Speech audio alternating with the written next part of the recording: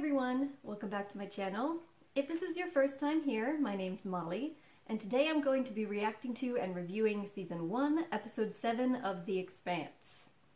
So, just before we actually get into what happened last episode and start talking about what's coming up, I have a couple brief messages that I want to give to everyone. The first is I just want to say thank you so much to everybody who has come out to support me on Patreon over the last few days. I really appreciate the support, and I want to give a special shout out to one patron in particular, ZK, my first and only Lannister. And if you've been on my Patreon page, you know what that means. If you are interested in supporting me on Patreon, if you're interested in getting full reactions, early access reactions, behind the scenes stuff, various other rewards, I'll put a link down in the description of this video. Feel free to check it out. But if you're not interested, please don't feel obligated, no worries, because I also want to say thank you and I'm extremely grateful to everybody who has come on and subscribed to my channel or watched any of my videos, liked them, or left comments and contributed to discussion, because I really enjoy chatting with all you guys and it's a lot of fun hearing everybody's thoughts on The Expanse. There's a lot of depth to the show and I'm really having a good time interacting with people who have a lot of passion for it. So regardless of whether you go on Patreon, you want to be a patron or not, I'm just happy to have you guys here. Alright?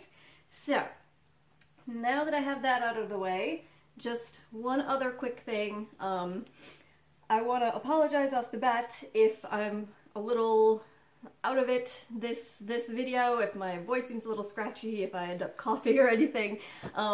As some of you may have heard on previous videos, I've been fighting a cold for really the past couple of weeks, and I thought that I was past it, but it just keeps coming back and coming back. So it's okay, it's not too bad, but you know, just to let you know, if I seem a little out of sorts or anything, that's what's going on. So I do apologize for that, and hopefully it won't be a disruption to the video in any sort of way, but just to prepare you. Alright, so where we left off, a lot happened during episode 6, and at the end we had some big events right at the very end happening and leading into upcoming episodes. To begin with, you have Miller actually being fired, specifically because he seemed to put a lot of pieces together about Julie Mao and how her actions were linked to everything that had been happening with Holden and his crew, with the Canterbury, with the Donager, and the apparent attempts to instigate war between the various powers.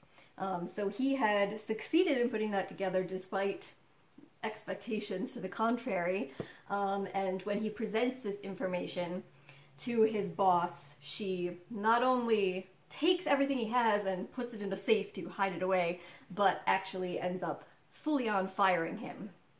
And more than that, it seemed he was saying that he felt that she had been bought off by the OPA, and you see, someone pointed out to me in the comments that you see, as he's leaving, that there's somebody there working for her as security that actually has an OPA tattoo. So the idea being that maybe she wasn't necessarily just bought off, maybe she's been involved with them for a prolonged period of time. So I'm not sure if that will come to pass in any other meaningful way, but the important thing that came out of this is Miller has lost his job, which was basically his entire purpose at this point and the one thing that he was actually doing with his life. But because he has seemingly become so invested in Julie in particular, he feels he's fallen in love with her. That's what Anderson Dawes apparently has discovered and feels as well. It certainly doesn't seem to me that he's just going to give up on this. I'm sure that he'll continue pursuing it going forward. So it'll be interesting to see how he does that in the aftermath of actually losing his position and whatever access that he did have. And the other part of the story, we have Holden and the crew of the Rocinante going out on a mission for Fred Johnson to find this Lionel Polanski person. So it was interesting to see how they all kind of came together and made the choice to become a crew and go out and do this, now that they weren't forced into being together in order to just survive and keep going. So it seems like there's really a turning point for them as a group, as a crew. So it'll be exciting also to see, first of all, what they're going out to see, what's going to happen in the aftermath, and then just how their relationships continue to develop going forward. Alright, so the other big thing that we saw in the last episode was we got a bit of information more on Anderson Dawes, and there's definitely, I had some mixed feelings, and then there's been some debate about that in the comment section, which I really appreciate. I like the nuanced discussion of it. I'm still not fully sure how I feel about him, but I do understand and appreciate a lot of what people were saying about his points of view and Miller's opinion on him and his opinion on Miller. So please do continue that conversation, keep it coming. I'm still parsing through all of that in my head and trying to decide my thoughts, but I'm sure they'll continue developing going forward. And I'm probably just somewhat biased by the fact that I have a soft spot for Miller, so I admit to that. But alright, so I think that I'll wrap up the pre-discussion there so that I can jump into episode 7 and see where our characters go from here.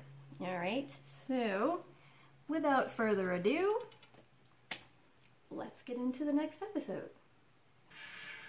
Used to be good at this.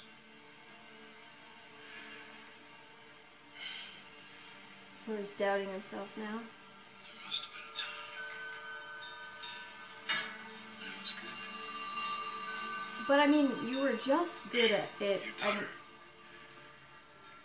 She was a fighter. Julie. That brass sends me cases like Julie's. They know what I'm saying.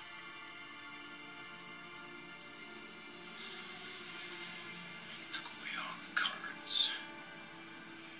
So that's why he's saying, I used to be good at this, because his impression now is that the only reason they gave him Julie's case in the first place is because they didn't want her to be found. Oh man. But it's sad that right now he's questioning his capabilities and saying, you know, I used to be good at this, when he literally just put all these pieces together. This big mystery, he's ahead of pretty much anyone in figuring it out, whether it be the governmental figures or Holden and his crew. Mars went ballistic when a belter attacked the Scipio Africanus.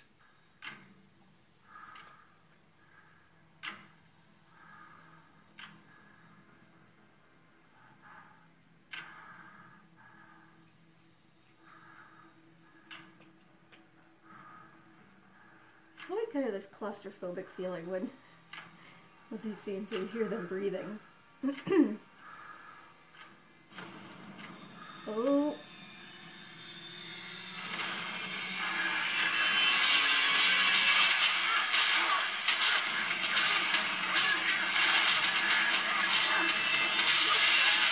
Amos, I think you got him. What? Just checking in, ma'am. No, I wasn't murdered in the last 30 seconds. I'd feel a lot better if I had some people on the ground. This group has a history of run-ins with the government. Really? I've no idea. Ma'am, Think they'll file an injunction on me? I'd still like to further This is understand the If outfit it's like one person on the ground, that one helicopter overhead, my earrings would have you'll gone be good giving with. basic assistance by the end of the month. Yes,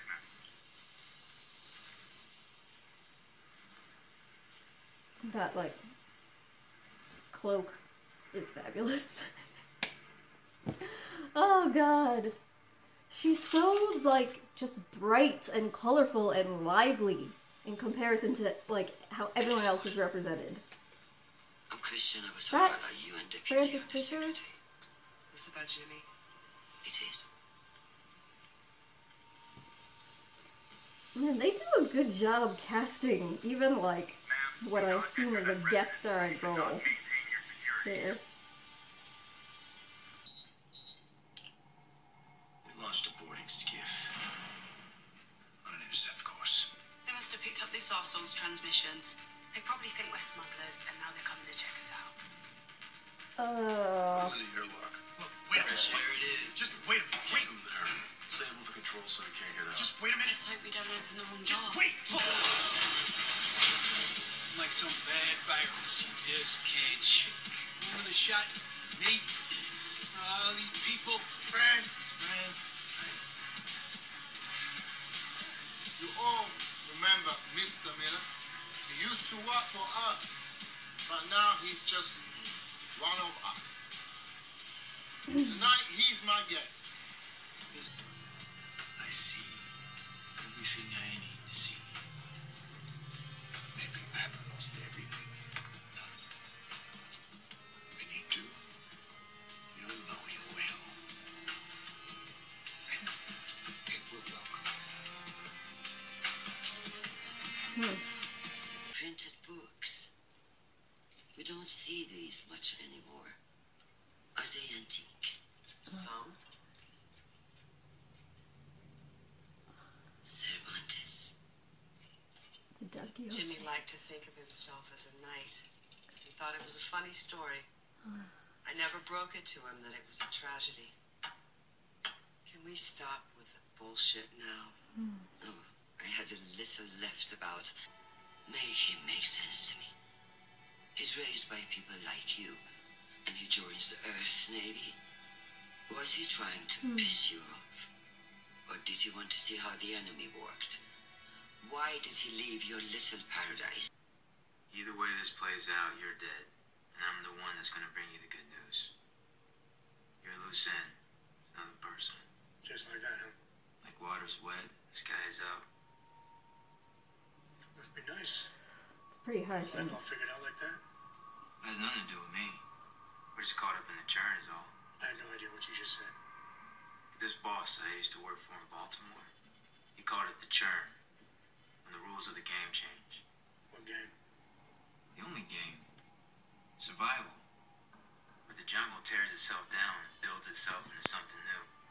Guys like you and me, we end up dead. Doesn't really mean anything. Or we happen to live through it. That doesn't mean anything either. If survival is the game, I can help us survive. So you tell your captain. Not our captain. You tell who's ever in charge that I have valuable information. And Christ, Not our captain? I've had to pee for like 2 hours now. I don't know whether his outlook is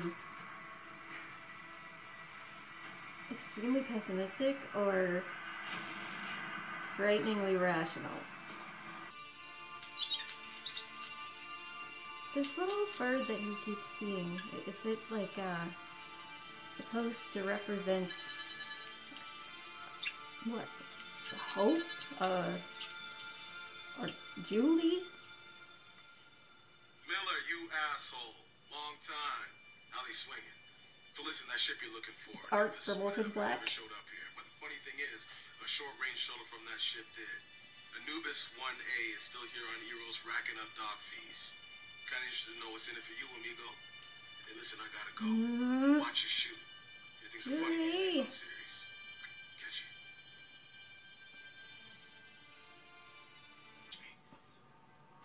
Donkey balls. Did you just say donkey balls? Back when I was flying transport for the MCRN, we ran across this unflagged tanker acting kind of suspect in a pirate zone. So we prepared to engage, but when my captain hailed them, they just jabbered on and on, ending with the phrase, donkey balls. And? And, just like that, my captain ordered me to change my course. We parted our ways. None of the officers said anything about it, but everyone on the crew was absolutely certain it was Black Ops stuff. That's because it probably was. Listen to me.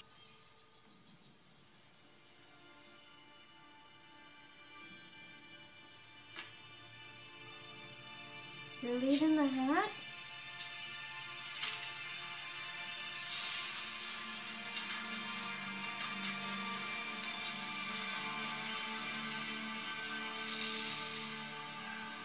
Avery? Does this mean he's choosing a side? Cash me out, pal. It's a lot of winnings. For a lifetime of losing.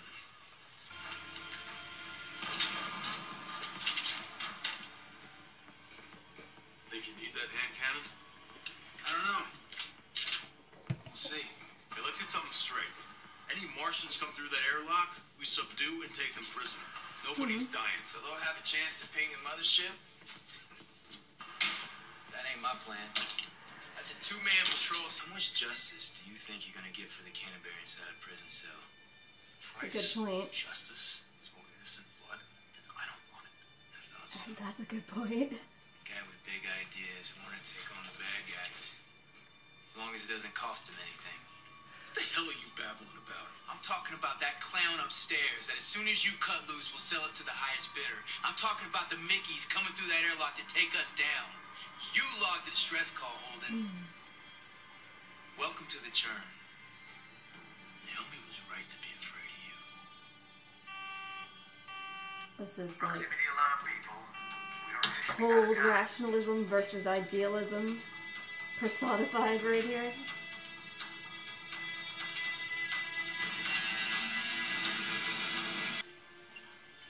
We have shitty coach transport in the future too. Should have known.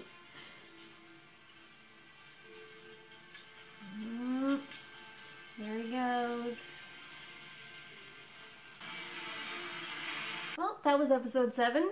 A lot of big developments, I feel, both plot and character-wise. So, so starting back at the beginning, with that scene with Miller in the kind of like subway transport car, where he's saying I used to be good at this, or at least I thought I used to be good at this, and sending a message off to Julie's parents, basically saying that he failed and he feels bad. I think it's kind of simultaneously just sad and strange that he's coming to this kind of moment of self-realization that maybe he's let his life somewhat, I guess, slip away from him, and that he's not the person that maybe he had thought that he was or told himself he was. He's realized that his company, his security company, specifically gave him, it seems, this investigation into Julie because they thought that he would just kind of not take it seriously or slack off, or he wouldn't find her. And then they could just report back to her parents. Excuse me, sorry. That they couldn't find her and then be done with it, and that nothing would ever end up coming of it, which would be politically advantageous for apparently Dawes and the OPA. So basically he was being used because they felt that he was incompetent. So that has to really sting at a personal level, but it's ironic that it's coming at the exact moment where, because of his concern with Julie and because he took it personally and looked at this as more than just a stupid payoff rich kid case, he actually did a really great job with his investigation, some seriously skilled detective work that led him to coming to conclusions about this whole overall mystery that even people in high positions of political power in government, or people that were more actively involved in events like Holden and his crew, hadn't reached these sorts of conclusions yet. He has more of the pieces than most people, so he's simultaneously starting to feel like, oh, I was always a shitty detective, I'm worthless, at the moment when he's maybe done his best job as a detective ever, possibly. So, I mean, it's definitely a serious moment of emotional, personal crisis for him, and you see that when he immediately afterwards goes and confronts Dawes, walking into a place where a man who he knows just tried to have him murdered is, and is hostile towards him. So you wonder if he's going in there thinking, alright, well, this is it, I might as well just get myself killed, which makes sense with where Muss said that he sent that creepy message that she would think that maybe he was just going to be dead when she showed up at his place. But that's not what happens. Instead, has yet another interesting conversation with Dawes, where Dawes tells Miller that he never actually was fighting against him, which is interesting since he literally did just try to murder him, but at the same time, you could kind of see it as you know, he could have just killed him right off the bat, right? If that's what they were concerned about. But what actually happened was he did try to talk to him multiple times and kind of convince him to let the investigation into Julie go, to kind of make him see that they were sort of on the same side, that he should view himself as a belter, and have similar goals to what Dawes has. So, and then again, he walked in there, Dawes could have killed him right then, he chose not to do so. So it is interesting. And then he goes on to kind of say that if Miller hasn't quite come to his full bottom yet, that maybe when he does, he'll realize that he has a place, that he has a home, and that's with people of the belt, and they will happily welcome him back if he comes to that point in time. So that was interesting, and you wonder how much impact that actually had on him when we later see him go to Julia's, digging for more information, digging for whatever he can find, and then ultimately coming to the decision to go to Eros and probably, search for her. And then especially when he leaves his hat behind, you kind of wonder, his hat something that maybe symbolized his shame over his belter identity, or his trying to associate more with Earth, Star Helix, the Earth Company. He intentionally leaves that behind. So is that just because he's kind of losing his sense of who he thought he was with everything that's happened, so he's kind of just pushing all that aside and not caring? Or is it because maybe he does think that he should kind of start to associate more with the belt? I'm not sure. I feel like his biggest concern right now is just Julie and nothing else. And so maybe it's more the former, that he feels like he's leaving behind everything he thought he was, which he's now realizing maybe he wasn't, and he's just gonna try and go do this one thing, and that's all he cares about. But maybe kind of along the way, he's gonna start to view himself more as a belter. I don't know. We'll see. It's interesting, though. It was a lot happened with Miller there.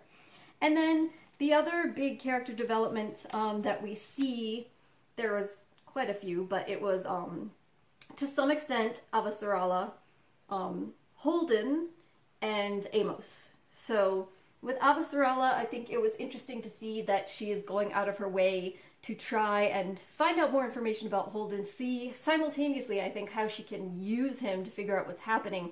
But also, you know, you see what happens with her boss is just going to order having him killed. That's something that she could have just gone along with, but she is not assuming that he's a terrorist. She goes and speaks to his mother, reveals this information about her own, what she feels is contribution or liability in her son's death.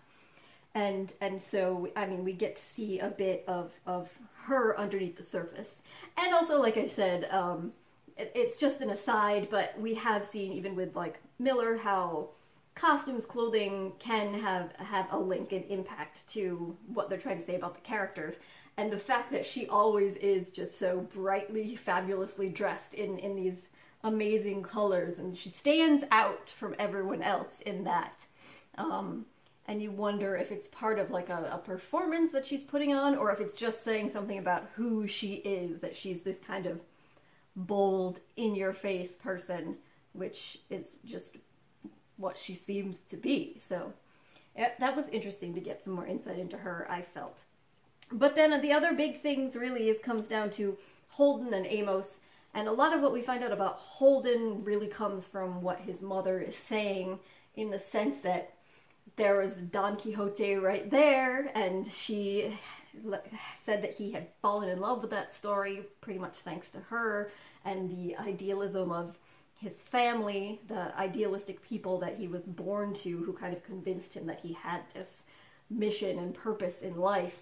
And really interesting when she said that he kind of viewed himself as a knight out on a quest to do these things.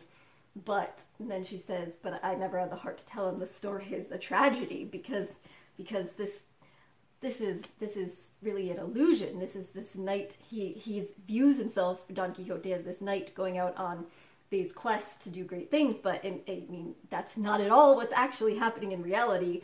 And then you look at Holden and his kind of idealistic pursuit of what he thinks is right. And I also think it was pretty powerful to kind of directly contrast that with Amos's point of view in this episode, when you see them coming up into conflict over what to do about the Martians who might potentially be boarding them, and even with their thoughts about what to do with the spy who's come onto their ship, the stowaway that they found. So as I was saying throughout the actual episode, you kind of see Amos as trying to be being emotionally detached, looking at this from the most cold, rational perspective you can come to, which is, all right, well, yes, Martians saved our lives. Martians aren't necessarily our enemy in any sort of aspect, but right at this particular moment, if they come in here and board us, then they could maybe send us all to prison for the rest of our lives for being in the ship. They might just kill us because they assume that we had something to do with the Donger. Whatever it is, in this moment, they are enemies, so we should just kill them. Cold, detached from all thoughts about whether that's right or wrong in the overall picture. It's right in that moment what you do to survive, which is just what he was saying to the spy also, about why they should just get rid of him, that he needed to just go because he was a loose end and a danger to them, a threat. Which is frightening. You know, Holden says to him, Naomi was right to be frightened of you. There is something extremely frightening about that kind of detached from all emotion, from all sort of what's right or wrong overall moral system or inclusion of any of that in your calculations of what to do. It is frightening. And you understand more Holden's position, that you don't want to kill Martians who have helped us so much. We don't want to just kill this guy, even though he's a spy. As far as they know, he's a corporate spy, and he's just a guy doing his job who maybe doesn't deserve to die. So just going out and killing all of them seems intrinsically wrong, especially to someone who is idealistic, like Holden.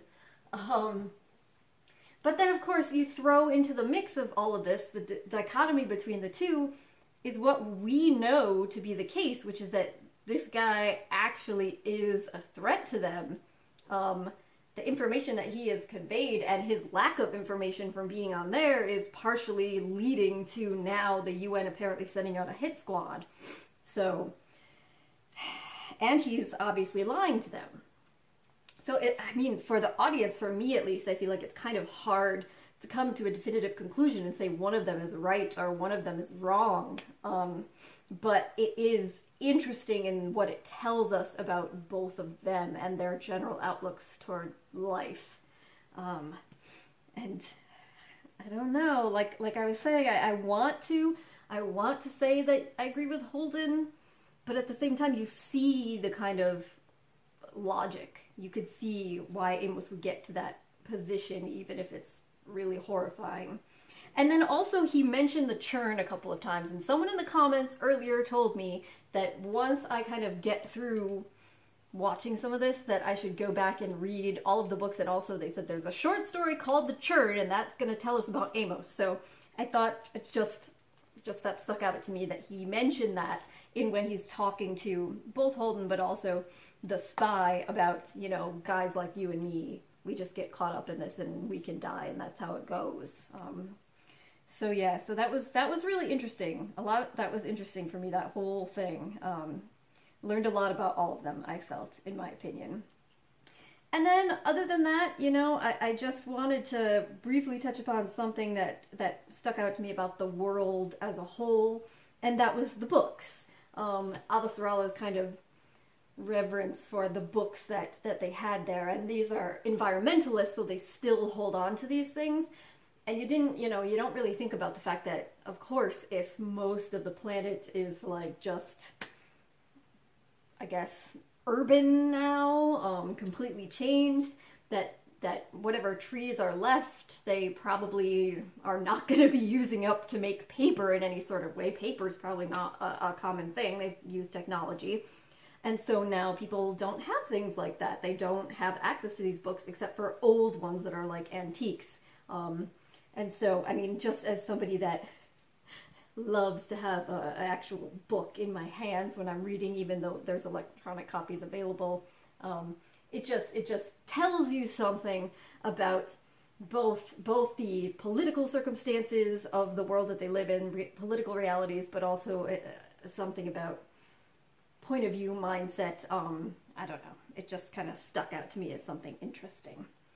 And then also plays back into more information about Holden's background too. So yeah, that was a lot of character stuff this episode. Really great. I really enjoyed the entire thing, watching all of it.